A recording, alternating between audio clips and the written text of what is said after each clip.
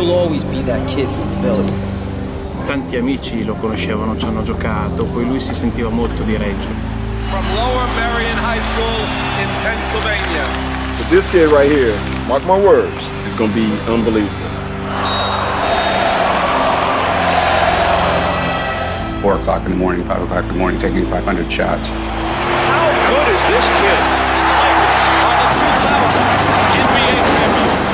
Back-to-back titles for the Los Angeles Lakers, a three-peat and a sweep. Your 4th NBA championship.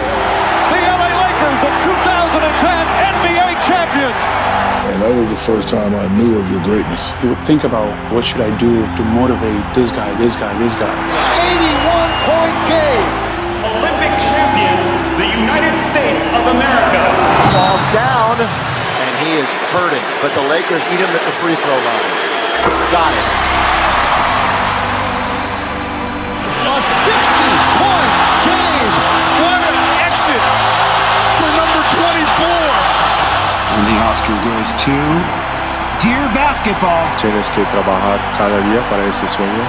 He didn't just show up at games. He was deeply involved in that. Coaching young kids is the most important thing we can do. You couldn't have written this.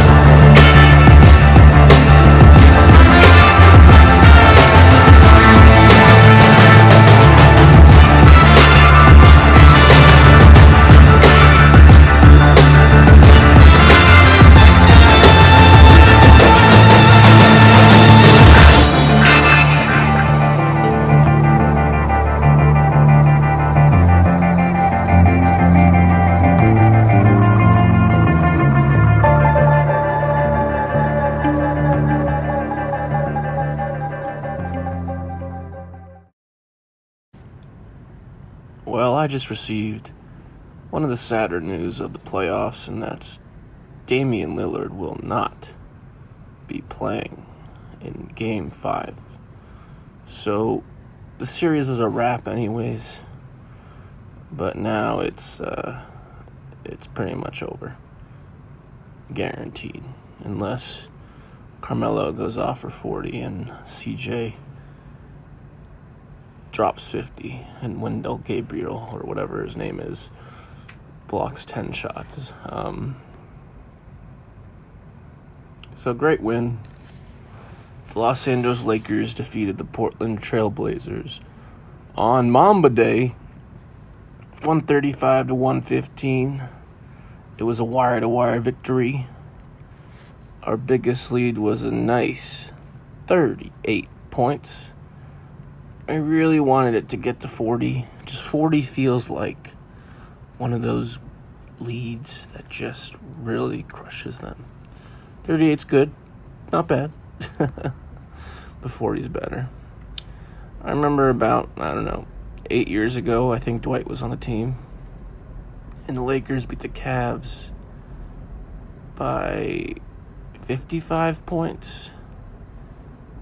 Maybe it was 5 years ago when LeBron left the Cavs, but they won by like 55. And I wanted something around that, actually. But what can you do? So no Damian Lillard. And that's really unfortunate for the Blazers because they really do have a bright future, but they have a lot of things to work out. Personally, I'm not going to make this a Blazers podcast. Briefly, I will say they got to figure out that rotation. Hassan Whiteside's a free agent. I think the Lakers maybe should sign Hassan Whiteside for 1 year next season for like a veterans minimum. Because I don't know who's going to pay him. Big bucks. I think he'll probably get like a 3-year, $25 million deal from somebody. Because right now he's making like $27 million, and that's not happening again. So, personally, I would blow it up. Everybody keeps saying this every year. The Blazers got to blow it up. Their coach, Terry Stotts, every year. He's been there for like, what, a decade? Maybe start new. Because this was their chance. No Warriors in their way. And they blew it. Injuries are part of the game. Zach Collins hurt, part of the game. Damian Lillard out, part of the game. Even tonight, Rondo teased us again. I thought Rondo might play, but nope. I'm happy he's not playing because I would like him to get more rest and prepare for the next series. And, speaking of that, we're very fortunate that the Thunder tied up the series 2-2. 2-2 guarantees Game 6 for 3-4 more days of Rockets Thunder. So they're gonna tire the Rockets out, whether they win or lose, because I really would rather play the Thunder. That's me. And who knows, maybe Russell Westbrook will come back in Game 5. But we'll see what happens. The Lakers scored 80 points in the first half. At one point, the score was 8-24. I took a nice little Snapchat of that, posted it. Got a lot of likes on that one. But, just in LeBron's interview, he even said he noticed the score was 8-24, and he said he felt like Kobe was in the building, so that was kind of nice to hear him say that. But what a great effort. Making shots, 17 threes made. Most threes in franchise history in a playoff game. 17, that seems kind of low, because prior to that it was like 14. 14 doesn't seem that many. Like, even last night, the Rockets made 8 threes in a row in like 3 minutes. So, I don't know how that was 14. The rotations were once again a little weird. Speaking of Dion, why isn't Dion playing? JR couldn't buy a bucket. He was terrible. He did make that 1 3 to tie up Kobe for threes in playoff history. Most threes, like 9th on the most threes in playoff history list. But we took it to the Blazers. We stomped them. We did everything we could. And it's just clear that not only are we clearly better and we've separated ourselves from them, but this is very important. We have made the off-court adjustments in between games. And people hear a lot about coaches making adjustments in games, watching tape in between games, but we've really learned this opponent.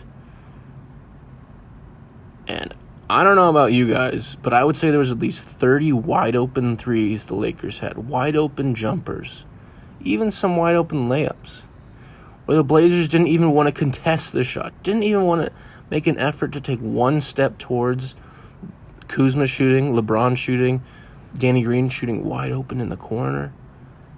And we have understood that the Blazers just don't care defensively. When you have a team that doesn't care defensively, and we have the best defense in the league, and we're firing on all cylinders, everything is working, probably one of the best defensive efforts I've seen, maybe all season, maybe the best, the Blazers are in trouble. And if we can learn, because during the season, I don't think we swept the Blazers, and definitely during the season, we did not sweep the Rockets. We did sweep the Thunder, But if we can learn to see how the Rockets play in the playoffs and use that to our advantage, because Vogel is great at making adjustments, and of course he's a defensive-minded coach. But let's carry that over, because we have smacked down the Blazers. And all this talk about Blazers going to the finals and the sweep and all this stupid clickbait stuff is just over. And even Charles Barkley, prior to the game, on NBA Tip-Off yesterday, saying he guarantees the Blazers win. The Lakers just don't care, and they did their job. So one of the interesting things about this game was AD had back spasms, right, and he missed the second half. He only played about 18 minutes, and he was really efficient in those 18 minutes. 18 points, 5 rebounds, 5 assists, 1 steal, 2 blocks, 0 turnovers, 8 for 10 from the free throw line. But that starting five, that starting unit, JaVale, AD, LeBron, Danny Green, KCP, in the 7 minutes they were on the court together, they had a net offensive rating of 173 points. Their net defensive rating was 42 points. That's like historic right there. And it's really unfortunate, because maybe we could have won by 50 if AD did play. But we don't want to rub it in the Blazers' face too much. But that net rating, offensively, defensive rating, is incredible. And if the Lakers can consistently do that, I'm thinking a championship here. Because LeBron likes to say this. He's been saying this for the last few years. Even on actually the Cavs, he'd say, every game we're trying to get better. And they have. And they strung together 3 consistent wins of very good offense, minus the free throws that one game, and exceptional defense. When you allow a team 39 points in the first half, last game 3, and only 51 points in the first half in last game, that's going to get the job done. And who knows, they could have allowed less if AD played more. But just a great overall effort. So I also want to touch on some other AD stuff, and then we'll get to the stats, and then I'll talk about the next series or potential matchups maybe. But I do want to say that I might not be posting a podcast after Game 5, because it seems like it's not going to be much of a game if Damian Lillard's out, which is unfortunate. Also, I wanted to say that in the 18 minutes Anthony Davis played, he was hitting jump shots out of this world. He was literally tearing up Nurkic on the pick and pops. LeBron was finding him every single time. Sometimes LeBron would find him wide open on a 3, and he'd take a dribble in, get a little easy jumper, a couple nice little turnaround jumpers. Anthony Davis is 11 for 13 on mid-range jumpers in the last 2 games. That's incredible. This guy's tearing it up inside out. And he's just a freaking legend. 11 for 13 is going to get the job done. And he needs to keep that up if we're going to be a championship team. Nobody can guard us. We swing the ball as well as anybody. We swing the ball as well as the Warriors, just as well as the Warriors do. And if we can hit our threes, and we can find 80 1 foot from the basket or 30 feet from the basket. LeBron James hitting 35-foot threes. They're going to be unstoppable. So, 18 minutes tonight for Anthony Davis. That starting unit did not play, only 7-8 minutes.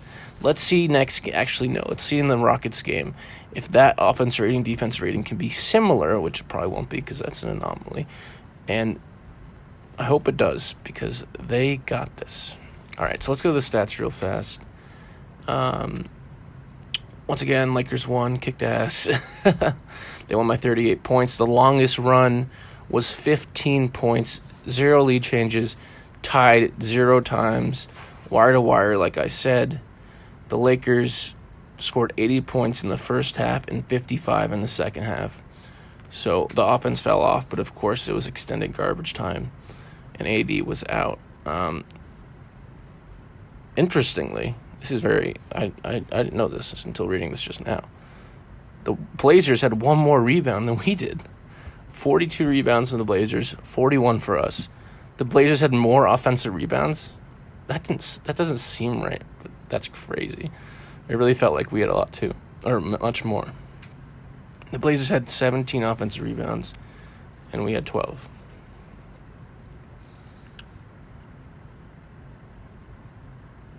$20 assists for the Blazers, and we had 29 assists.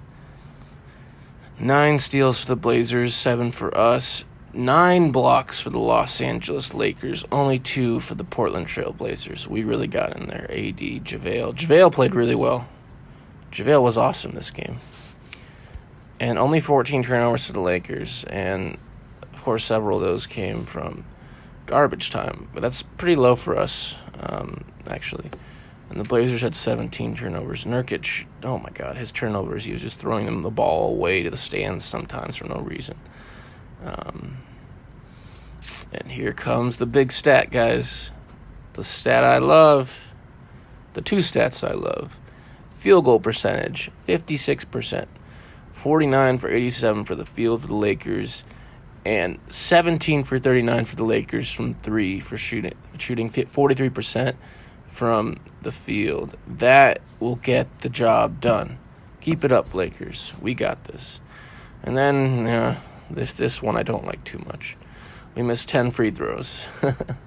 20 for 30 from the line for 66%. Not as bad as the other game, missing, I think, 15 or 16. But 10 is a little extraneous. So 44% from the field goal percentage for the Blazers. 42% from the Blazers from 3, which is actually still pretty good. 12 for 28. And then the Blazers only missed 8 free throws, and they were 74%. From the free throw line, individual stats. LeBron James, 28 minutes and 30 points. That's efficient. If you have less than 30 minutes, but you have 30 points, 10 assists, double-double, that's incredible. He shot 83% from the field, 10 for 12 field goal. Nobody could stop him. 4 for 5 from three-point line, including that really sexy Steph Curry like 3. I thought that was awesome when he made it, and Danny Green and I think JaVale were looking on the ground to see where was this? How far away was he? Trying to measure it up. I thought that was great. They're funny, those guys.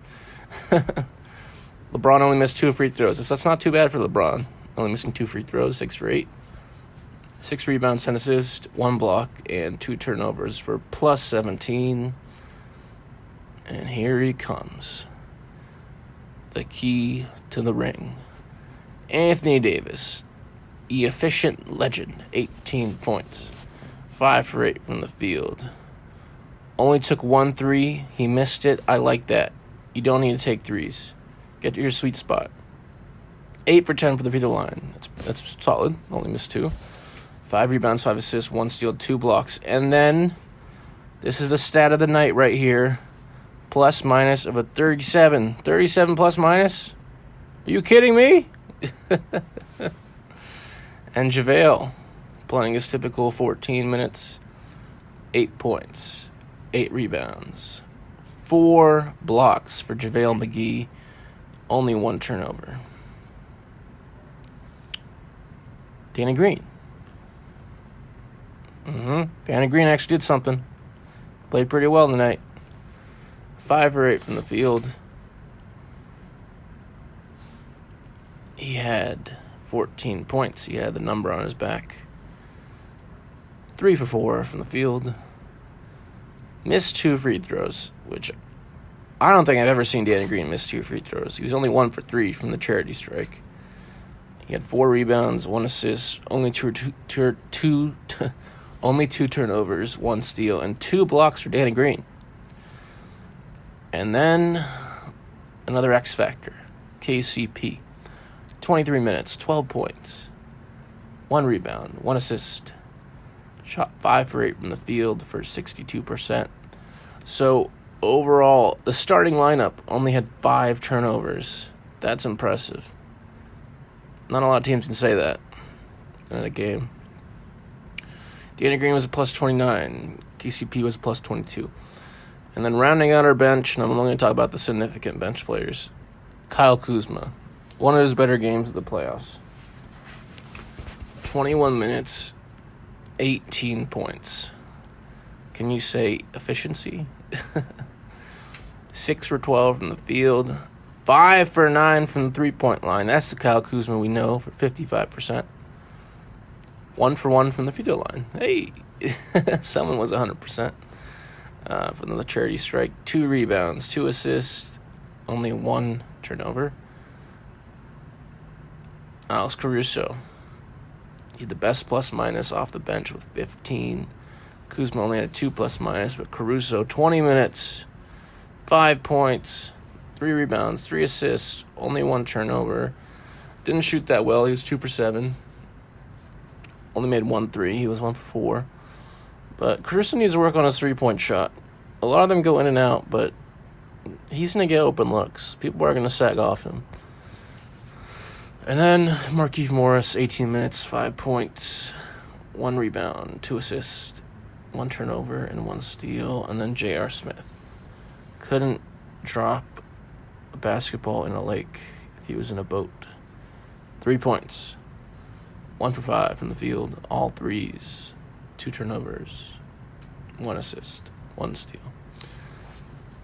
Okay, and then Dwight Howard, 24 minutes, 13 points, 4 offensive rebounds, 8 total rebounds, 2 assists, and of course his typical 5 fouls. And then Dion played 13 minutes. Most of those were garbage time. I would like to see Dion Waiters play more. I don't know how else to say this. J.R. Smith isn't that good on defense for him to play so much. I don't know why he's in there. Maybe Vogel's trying to just please LeBron because, J.R. is one of his best friends. I'm not sure what's going on there. You got to give Dion some playing time. What's really interesting is whenever Dion is in the game, he's like playing point guard. Dion Waiters is not a point guard. And maybe on the Thunder and the Heat he was playing point guard. But I'm pretty sure Gordon Dragic was the point guard there. I'm pretty sure Russell Westbrook was the point guard there in OKC. He was there. So that's kind of interesting. But I'd like to see him play more. He gets his shot. He knows how to drive. He knows how to penetrate. He knows how to kick the ball. Maybe give him more of a chance, Vogel. But now at this point, the past few games I've been saying, why isn't he playing Dion? Why isn't he playing Dion? Well, they're winning when they're not playing him. So maybe he's just going to leave it at that. Maybe he did something. I mean, you guys all know that Dion was suspended for taking an edible on a plane and having a seizure or something. Maybe he did something silly like that. I don't know. But I don't know. I just want to see more Dion Waiters. All right, so it looks like Game 5 is a wrap. No Damian Lillard. We're going to get this dub. I can't wait for Wednesday night. And we can have some rest. Because it looks like if we win Wednesday, the start of the series will either be Saturday, Sunday, or Monday for the second round. So I like that we're going to get some rest. Lakers got this. LeBron's got this. Lakers fans, we got this. Happy Mama Day, happy Kobe birthday, all that. We did it for Kobe. We got the dub. Thanks again for listening. once again, I'm your host, Charles Ryan, KB24 status, or yours truly, the biggest Lakers fan in the world. Please check out my other Laker Kobe tribute videos, especially now, this week is Mamba Week, not just Mamba Day.